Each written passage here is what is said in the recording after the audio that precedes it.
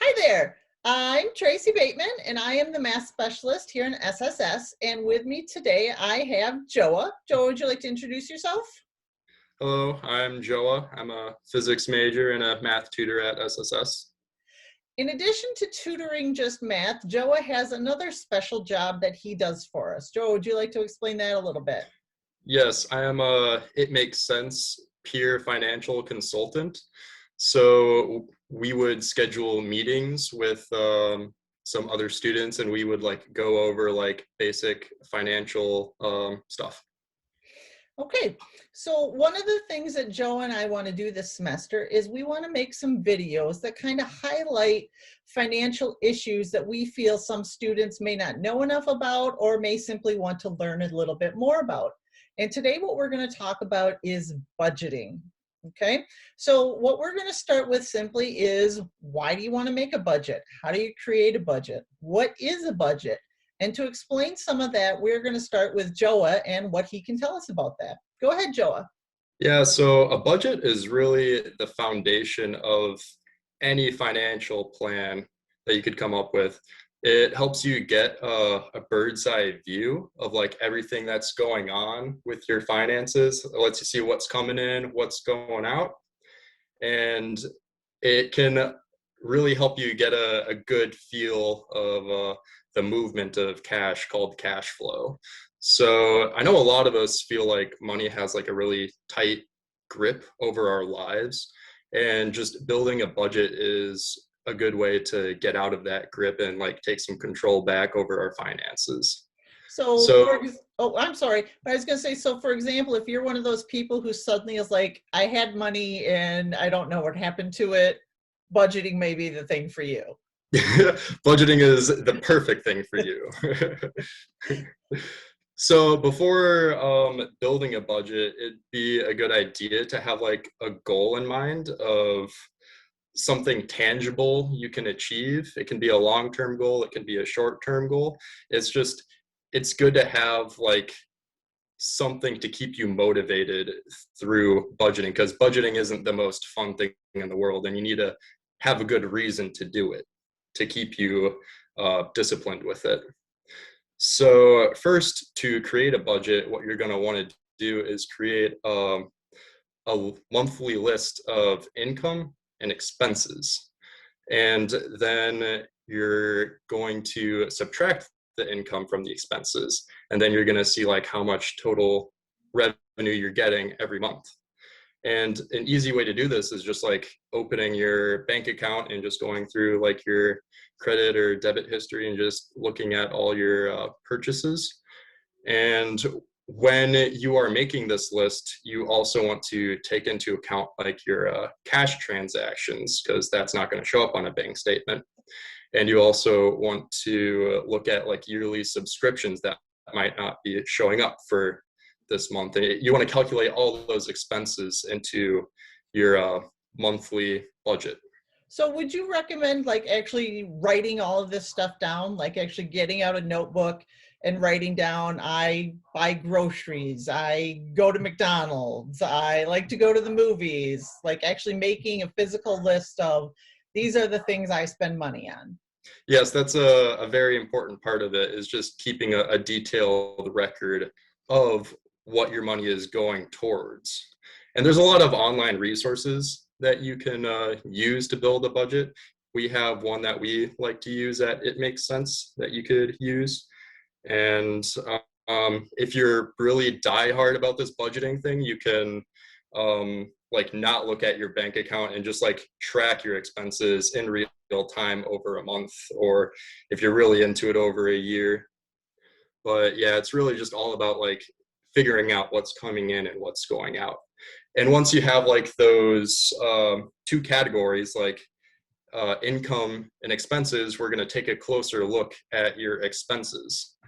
And we're going to further categorize those into needs versus wants. And when we are building a budget, we can't really influence the needs so much, because those are things like rent, just water bill, electricity, things we need. And then wants would be more like going to get your cup of coffee, going to the movie theater, you know, maybe not right now, but like. Nope, I completely understand what you're saying though, because I once figured out how much money I spent a year on coffee, and it was an eye opener. So yeah, that's a definite. Yeah, I thought it was a need. It really fast became a want. yeah, and you really don't get to see how much money you're actually putting towards like these things that might not seem so like expensive upfront, but like it's more of the habitual behavior that really adds up to the expenses. So yeah, once you have them categorized by needs versus wants, I'm not going to say like get rid of all your wants, because like we're still human, we still need like some sort of enjoyment. I'm saying like maybe say like you're spending $30 a month on coffee, like maybe scale that back to like $15 a month or so, you know? So yeah, just scaling back in little increments is really what we're going for here. And so yeah, you shouldn't make any like big adjustments, because that's like planning for failure. You need to have something that you're going to be able to stick to for like a long period of time, so you can actually start getting that income to meet that goal you should have in mind. Okay. Thank you. I think those are all really great ideas, and that's a lot of good information. Now, when I was thinking about making this video, I did a little research, and I found online 4 different types of budgets that seem to be the most common. And so I just want to talk about each one of those a little bit. One of them that seemed to show up a lot is called the 50-30-20 budget.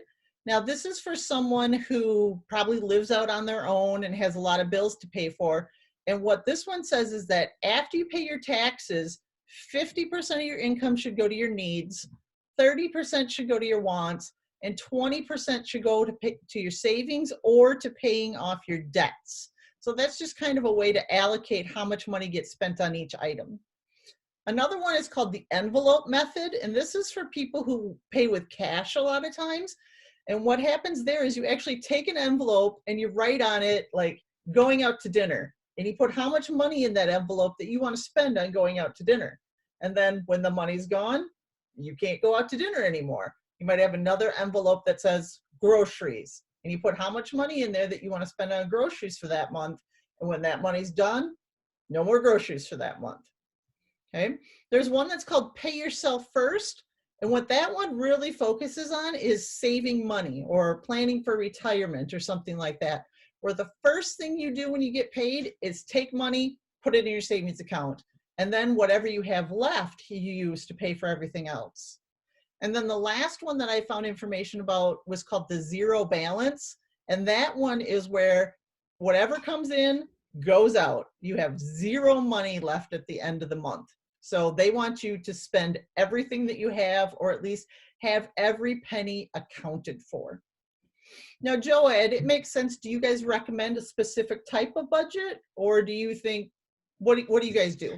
It's really on a case-by-case basis for what we recommend, because there is no one-size-fits-all budget, because every person's different. They got different expenses, different hobbies, different values. So some people might really care about like donating it to charities and stuff. So like, where do you fit that into the budget too, you know? And if like you really need food for this month's groceries, like that one plan where you keep putting money in and it goes towards your groceries, you might need to have a little leeway there, you know?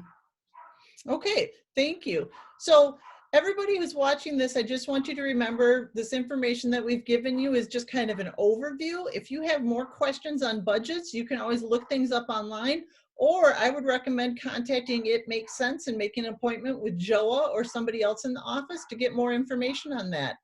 Thanks for watching, and we'll talk to you soon.